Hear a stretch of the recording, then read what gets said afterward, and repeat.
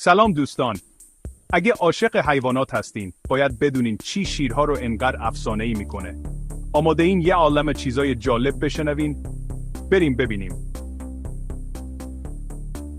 شیرها توی گروه‌های خیلی صمیمی زندگی میکنن که بهشون میگن گله و شیر نر قوی با اون یال معروفش رئیس گله ست. شیرهای ماده بیشتر شکار میکنن و با هم کار میکنن تا شکارشون رو بگیرن. میدونستین صدای غرش یه شیر تا کیلومتر دورتر هم شنیده میشه؟ متاسفانه این گربه‌های باشکوه به خاطر از دست دادن محل زندگیشون و درگیری با انسانها در خطر انقراض هستند. محافظت از شیرها به حفظ تعادل کل اکوسیستم کمک میکنه. دوست دارین درباره حیات وحش بیشتر بدونین؟ دنبالمون کنین و بگین دوست دارین درباره کدوم حیوان بعدی بدونین.